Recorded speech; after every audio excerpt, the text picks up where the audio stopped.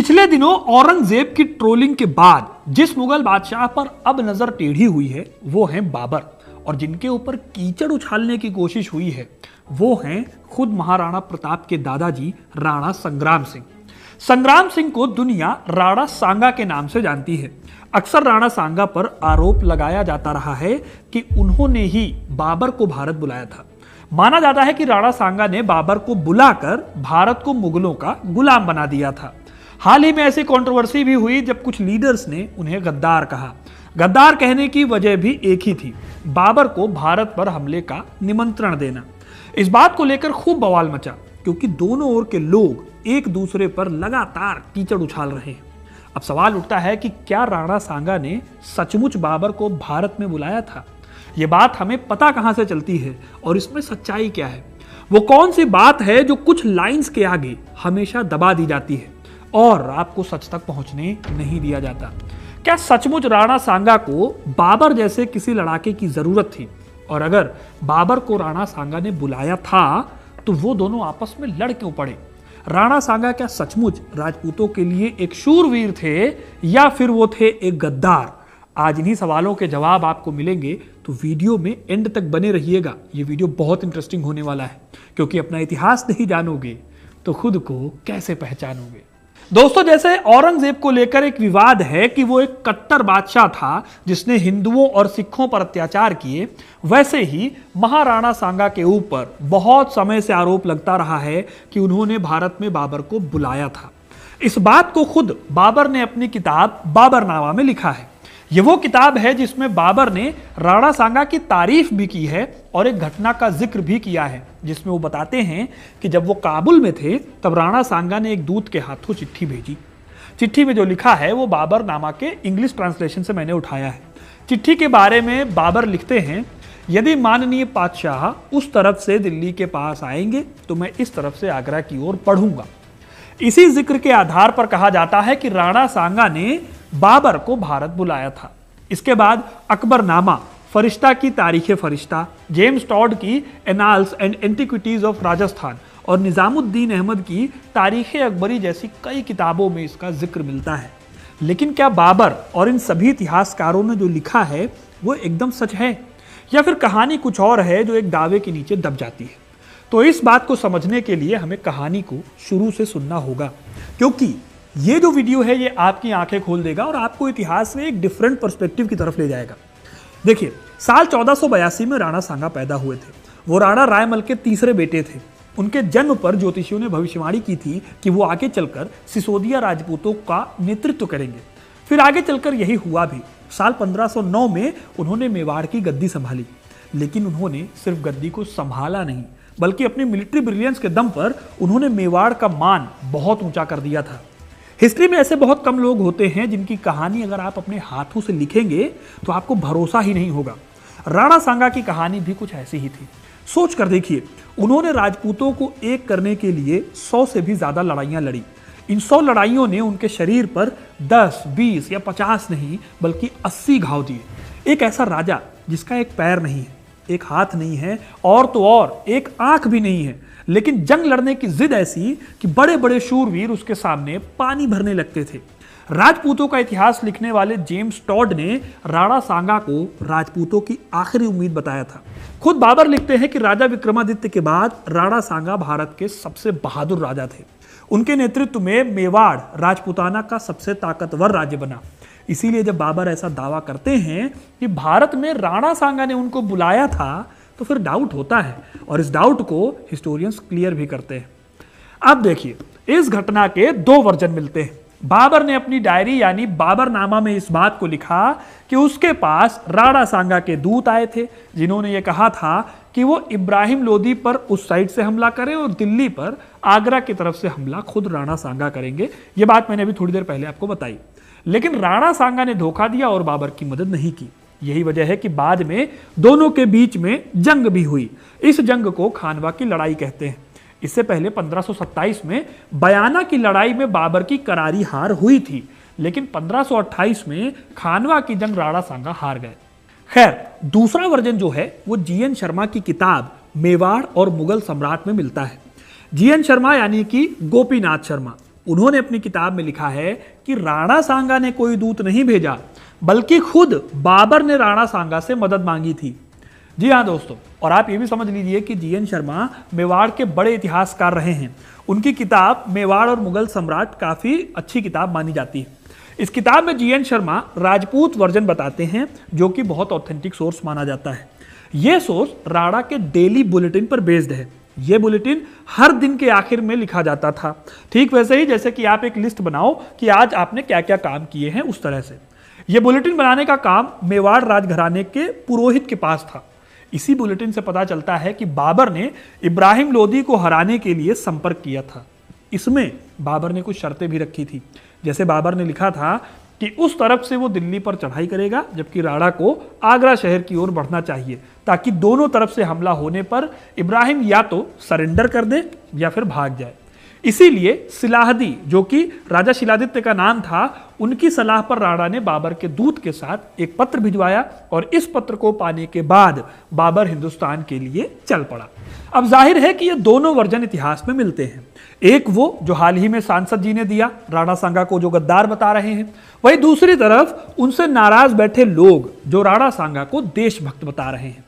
अब इतना तो तय है कि राणा सांगा और बाबर के बीच में समझौता तो हुआ था, और यह बात सिर्फ बाबरनामा से नहीं बल्कि हसन खान मेवाती के साक्ष्यों से भी मिलती है, जिन्होंने खानवा में लड़ाई लड़ी थी बाबर के खिलाफ। इसी समझौते के आधार पर बाबर और राणा सांगा दोनों एक दूसरे के खिलाफ आरोप भी लगाते हैं। बाबर, जैसा कि बाबरनामा में लिखते हैं कि राणा सांगा ने पानीपत की लड़ाई में मदद नहीं की, तो वहीं राणा सांगा का आरोप रहता है कि बाबर ने कालपी, बयानी और धौलपुर पर कब्जा ना करने की बात कही थी, फिर भी उसने उन जगहों पर कब्जा किया।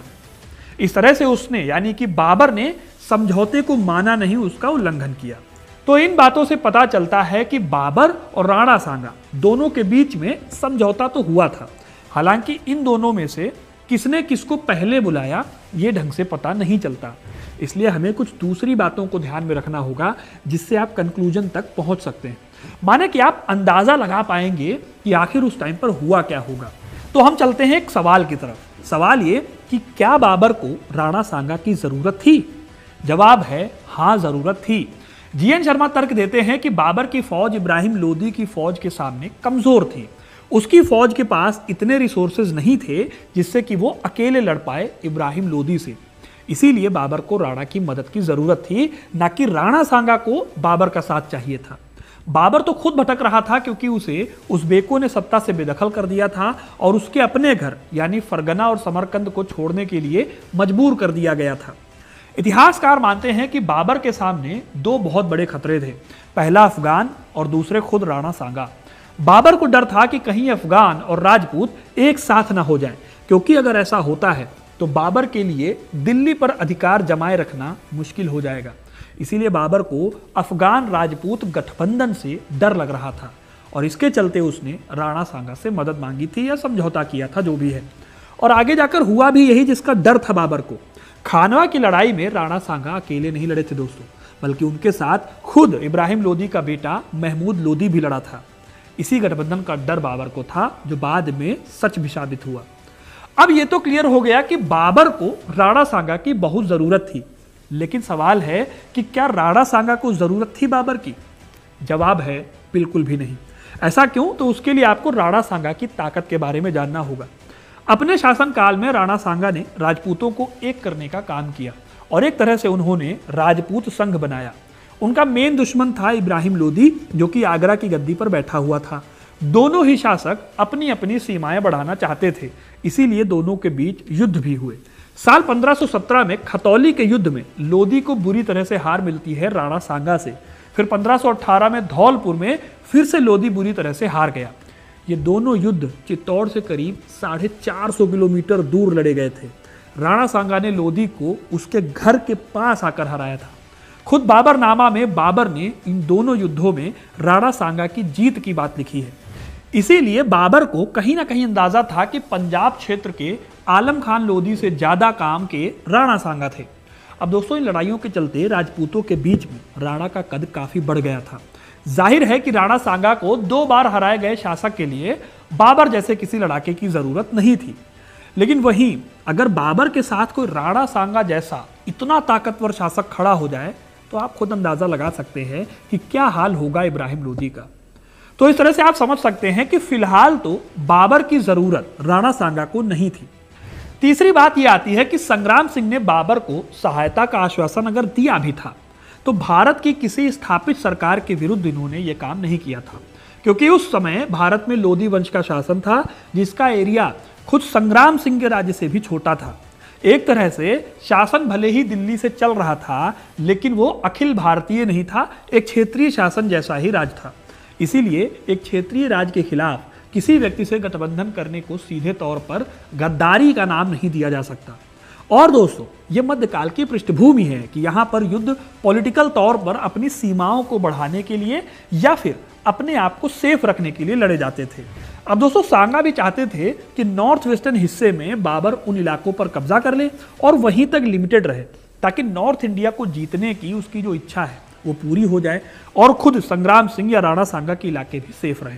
तो राणा सांगा यहां अपना हित देख रहे थे, जो कि सही भी था, क्योंकि उस समय धर्म से ज्यादा जो प्रभावशाली चीजें थी वो थी राजनीतिक हित, और कोई शासक चाहता था कि उसके राजनीतिक हित और उसका साम्राज्य बड़ा हो, तो उसमें संग्राम सिंह जी भी कहीं गलत नहीं थे। लेकिन दोस्तों, बाबर और राणा सांगा दोनों महत्वाकांक्षी थे, दोनों को साम्राज्य विस्तार की लग थी, इसीलिए एक ही क्षेत्र में दोनों रूल कर पाए ऐसा होना पॉसिबल नहीं था। राणा सांगा जो सोच रहे थे कि बाबर नॉर्थ वेस्टर्न हिस्से पर कब्जा करके बैठेगा और मैं राजपुताना को संभाल लूंगा, वो पॉसिबल नहीं था। ये दोनों ही अपनी महत्वाकांक्षाओं को दबाकर एक दूसरे के बगल में रहते हुए शांति से रूल नहीं कर सकते थे। फिर आगे जाकर यही हुआ दोस्तों, दोनों ही शासकों ने एक दूसरे पर समझौते के उल्लंघन का आरोप लगाया। इसके चलते 1528 में खानवा का युद्ध हुआ। इस युद्ध में राणा सांगा की हार हो गई।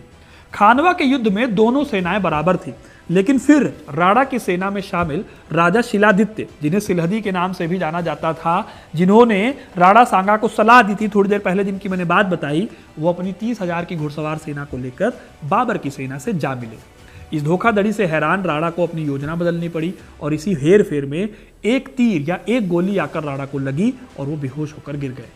बाबर की इस युद्ध में जीत हुई और कुछ दिनों बाद राणा सांगा की मृत्यु भी हो गई। इस युद्ध के बारे में मैंने इस वीडियो में डिटेल में बताया, आप यहाँ पे जाके क्लिक करके देख सकते हैं। अब एक इंटरेस्टिंग बात बताऊं आपको, जीएन शर्मा ये तक लिखते हैं कि बाबर ने राणा सांगा के दूत भेजने की बात इसी लड़ाई यानी खानवा की लड़ाई को जस्टिफाई करने के लिए लिखी थी। वो ये दिखाना चाहता था कि जब पानीपत में लड़ाई हुई तो राणा सांगा समझौते के तहत उसकी मदद के लिए आगे नहीं आए, इसीलिए वो अपने साथ हुए धोखे के चलते अटैक कर रहा था। वो तो ये भी लिखते हैं कि बाबरनामा में बाबर ने हमेशा सच कहा, ऐसा बिल्कुल भी नहीं है। मतलब उसने कई बार जानबूझकर गलत सलत फैक्ट्स दिए हैं। एग्जाम्पल के लिए उसने एक से ज्यादा बार पॉजिटिव वर्ड्स में कहा कि इब्राहिम लोदी के पास लड़ाई में उसके पास सिर्फ 12,000 सैनिक थे। हालांकि जो मॉडर्न रिसर्च है उनसे पता चलता है कि पानीपत के मैदान में उसके पास बहुत बड़ी संख्या में सैनिक थे। इसके साथ ही जीएन शर्मा लिखते हैं कि किसी भी दूसरे कंटेम्प्रेरी राइटर, चाहे वो हिंदू हो चाहे मुस्लिम हो, उन्होंने काबुल में सांगा द्वारा राजदूत भेजने का उल्लेख नहीं किया है, इसलिए बाबर की बात को पूरी तरह से सही नहीं माना जा सकता। अब दोस्तों, इन सारी बातों से सवाल उठता है कि क्या राणा सांगा को गद्दार कहा जा सकता है? जवाब आप कमेंट में बताइए, लेकिन मेरे हिसाब से नहीं कहा जा सकता। ये मेरा अपना विचार है कि उन्हें गद्दार नहीं कहा जा सकता, क्योंकि बाबर को भारत उन्होंने बुलाया हो या नहीं, लेकिन उस दौर में जो पॉलिटिकल गठबंधन होते थे वो फैसले धार्मिक भावनाओं से प्रेरित नहीं होते थे। एग्जाम्पल ले लीजिए, हसन खान मेवाती जो कि मुसलमान थे और संग्राम सिंह जी की तरफ से लड़ रहे थे, वहीं दूसरी तरफ ग्वालियर के राजा विक्रमाजीत इब्राहिम लोदी की तरफ से लड़ते हैं। बाद में उनकी शहादत भी हो जाती है और वो बाबर के खिलाफ लड़ रहे थे। तो धार्मिक मुद्दे जो आजकल बनाए जाते हैं वो उस समय नहीं मौजूद थे। तब कोई भी राजा, कोई भी व्यक्ति अपने राजनीतिक आकांक्षाओं के लिए किसी के साथ लड़ता था, क्योंकि राजा को अपने स्टेट को, अपने राज्य को सेफ रखना होता था। उसे डर होता था कि कहीं उसके इलाके पर कब्जा ना हो जाए। सबके मेन मुद्दे थे अपनी राजनीतिक आकांक्षाओं को पूरा करना, और राजनीतिक आकांक्षाओं को पूरा करने के लिए अगर किसी तरह के कोई समझौते होते थे तो उसको आप ये नहीं कह सकते हो कि वो गद्दारी थी या किसी के साथ की गई गद्दारी थी। इसीलिए इतिहासकार भी इस सवाल पर बहुत ध्यान नहीं देते कि किसने किसको बुलाया था और किसने किसको नहीं बुलाया था। बल्कि उनका ध्यान इस बात पर ज़्यादा होता है कि आखिर दोनों के बीच में संबंध कैसे थे और उन संबंधों का उस दौर की राजनीति, समाज, संस्कृति, अर्थव्यवस्था, इन सब पर क्या असर पड़ा। आखिर उस गठबंधन ने किस तरह से पॉलिटिक्स को शेप किया। तो दोस्तों, मेरा विचार तो यही है कि राणा सांगा गद्दार नहीं थे। अब आप कमेंट करके बताओ कि आपको क्या लगता है, क्या सचमुच राणा सांगा गद्दार थे या फिर वही एक शूरवीर योद्धा जो मध्यकाल में लड़ाई लड़ रहे थे अपने राज्य को बचाने के लिए और अपने साम्राज्य के विस्तार के लिए, जो मध्यकाल की पहचान भी रहा है। अब आप अपनी राय कमेंट में जरूर बताइएगा। वीडियो अगर पसंद आया